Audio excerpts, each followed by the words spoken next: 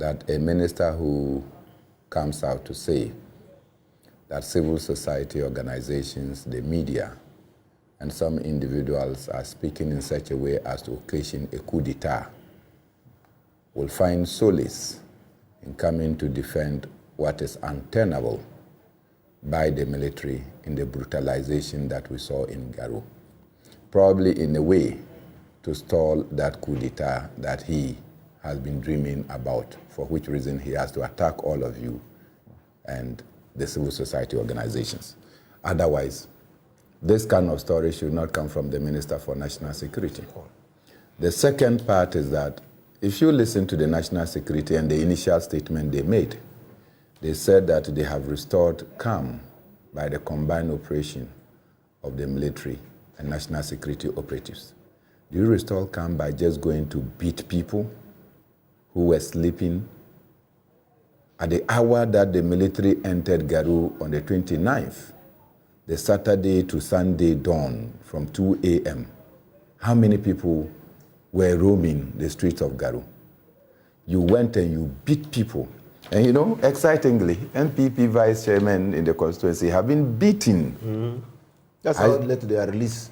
No, seriously. I spoke to many of them. I spoke to, I know that enclave very well. So I started speaking. I spoke to the MP of the area. I spoke to Basiru, deputy CEO for the YEA. And a number of people, and they were all livid about the actions of the military. And in particular, the pronouncement of the National Security Minister. We should not be taking situations like this for granted. For anything at all, it is the same national security that said that see something, say something, and do something. Okay. The people of Garu, they saw something. Suspected right? That they did something, and they said something. Will they have to be beaten and punished? Next time, they will see something and ignore.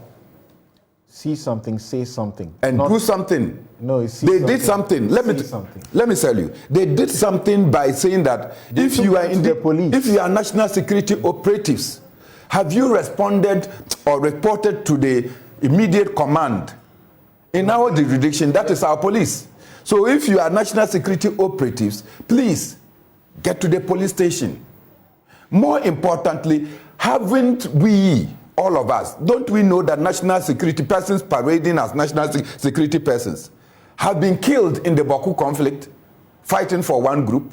So they agreed, and they followed them to the police station. So they followed them to the police station. But you see, when they have this suspicion, something, extend the conversation a little bit. When they had this suspicion, the people of Garu alone did not take it as their battle.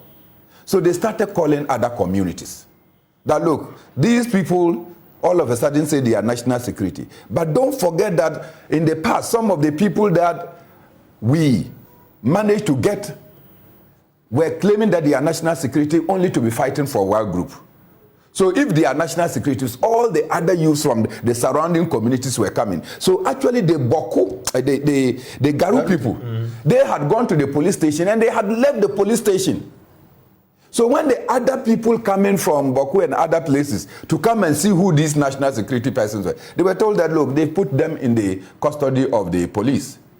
But the people have gone, and that the vehicle, they could not allow them to open. And they said, if you leave them in the care of the police, we cannot trust them. They will come and take their vehicle and go. And that is where they vandalized the vehicle and, of course, shot into the tires of the vehicle so as to immobilize the vehicle so that it cannot move. So in their view, they were still protecting themselves against. This is not anything that you or any of the security operatives could not have gone to the ground to go and check. Then on Tuesday, you leave and go. Wednesday, Thursday, Friday, Saturday, Sunday. 6 days. On the 6th day, you go and round the youth, go into people's rooms, beat them. In some instances, we are even told that people's monies and other things were stolen. The chief's palace. You go there and did what you have to do. And you come and tell us that you did this to do counter-terrorism. If there was anything... So that one they were doing to retrieve the AK-47. But common intelligence the common intelligence would have told you that those who came to fire were not from Garu. They were those who were now coming from other communities to come and see the people who said that they were national security operatives, because national security has now been used to destroy and to attack the people of that enclave. So that suspicion that Inosa is talking about, that national security is of no value today, that party boys are carried into national security and they are being used to torment and to frustrate people, is responsible for the decay in security. That is why when Emil Short finished their Yawaso West Wagon report, they said that there is no coordination between and among our security. Yeah. In this instance, it is evident. It's a very approach. In this instance, it's evident. What should happen? Obviously, look. The minister has been summoned to appear before Parliament. What is the minister going to say? He will go and say that it's national he will security. He will read the letter to them. He will say that it's national security So issue, and that national security issues cannot be discussed. What should happen? So they will go into conclave. And at the end of the day, nothing will happen. But the young people in Bawku have been beaten. And when I spoke to somebody, he said, look, they were struggling to even get the people to go and join Bawumia in Upper East for his rally. And now this thing has come, and most of them within the Garu area say that they will not go.